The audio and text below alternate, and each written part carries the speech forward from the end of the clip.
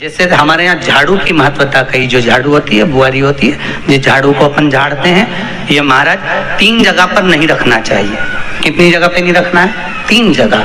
पहला, जिस कमरे में पति पत्नी दोनों सोते हो उस कमरे में झाड़ू कभी मत रखना, क्योंकि पति पत्नी में क्लेश बना ही रहेगा, आपस में प्रेम स्नेह नहीं रहेगा।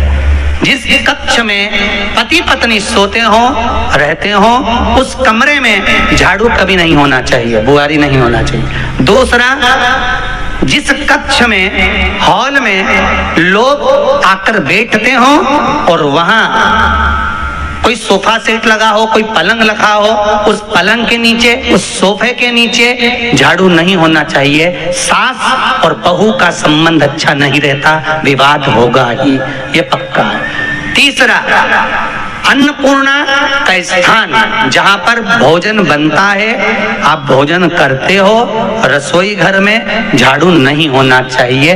कारण, बच्चों में क्रोध आएगा, चिड़चिड़ प्रवृत्ति बनी रहेगी, और बेटा और बेटी संबंध आप करना चाहते हो समाज में, और बच्चे गलत जगह पर संबंध करने के लिए आतुर रहेंगे। इसलिए रसोई घर में बुआरी झाड़ू नहीं होना चाहिए।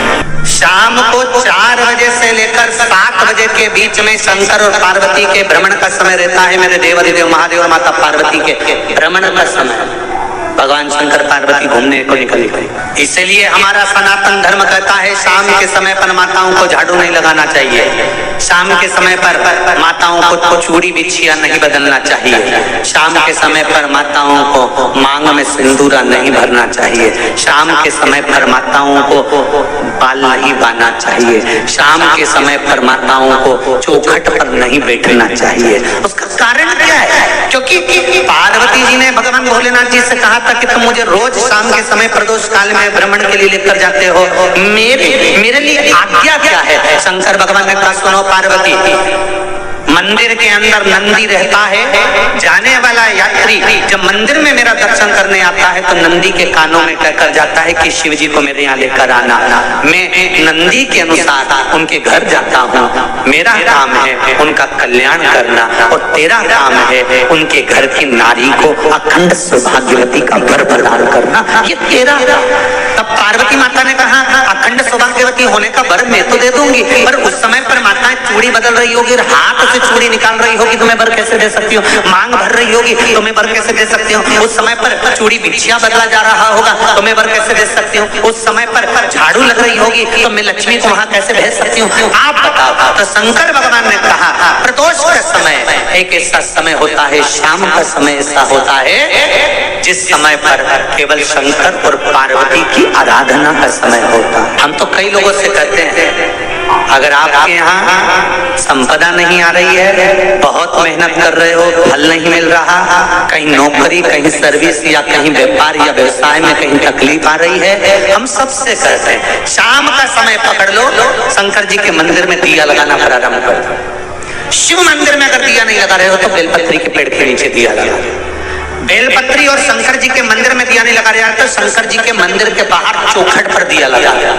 इतना भी नहीं कर सकते तो अपने घर के बाहर अपने द्वार पर दिया लगा दो, और शंकर जी के नाम का श्री शिवाय नमस्तुभ्यम बोलकर शंकर भगवान को याद कर कर, अपनी कामना कर कर, बाबा का स्मरण कर कर, पंचाक्षर मंत्र नमः शिवाय, षडाक्षर मंत्र ओम नमः शिवाय, द्वादशाक्षर मंत्र ओम नमो भगवते वासुदेवाय, जो मंत्र तुमको याद है उसका स्मरण कर कर, लक्ष्मी हो चाहे नारायण हो चाहे राम हो चाहे कृष्ण हो, स्मरण कर कर शाम के समय बाहर दिया लगा दो, दरवाजे के पास लगा दो, वो सुनेगा जरूर, आएगा तो उसका वेलकम जरूर होगा और वो कुछ देकर जरूर जाएगा। नियम तो बनाओ, उसकी चौखट पर जाकर कहना प्रारंभ। बृहस्पति महाराज ने कहा कि शाम का समय जो प्रदोष का समय होता है उस समय पर इंद्रदेव तुम शंकर जी की आराधना करो। शिव आराधना से शंकर जी जो मार्ग प्रशस्त करेंगे, शिव आराधना से जो शंकर जी कहेंगे वो तुम करना। आराधना करी बाबा भोलेनाथ जी। बृहस्पति महाराज ने प्रदोष की महत्वता समझाई तो प्रदोष का समय जानकर शंकर जी पर 7 बेलपत्र प्रदोष के दिन इंद्र ने समर्पित कर दी बिना सोचे। कितनी बेलपत्र?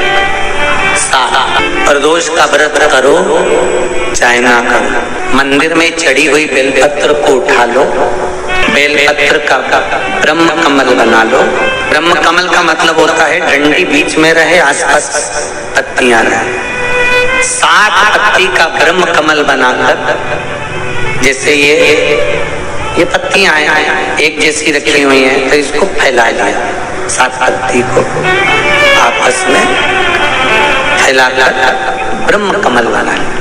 प्रदोष का व्रत करें ना करें, जरूरी नहीं है कि वृक्ष से ही पत्ती लेकर आओगे तो ही शंकर जी को चढ़ाओगे। शिव जी पे से चढ़ी हुई उठाकर धोकर ब्रह्म कमल बनाकर बाबा से विनय कर कर, हे प्रभु आज मैं इस काम के लिए जा रहा हूँ, बाबा मेरा ये कार्य है, बोल कर श्री शिवाय नमस्तुभ्यम बोल कर शिवलिंग पर समर्पित। दिन भर के प्रदोष व्रत का फल बाबा एक बेलपत्री समर्पित करने पर ही प्रदान कर देता है। शिव है। प्रदोष व्रत कर रहे हो उससे बढ़कर कोई प्रसन्नता नहीं, पर नहीं कर रहे तो प्रदोष के दिन या 12 महीने शिवरात्रि आती है, शायद आज भी हर महीने शिवरात्रि आती है।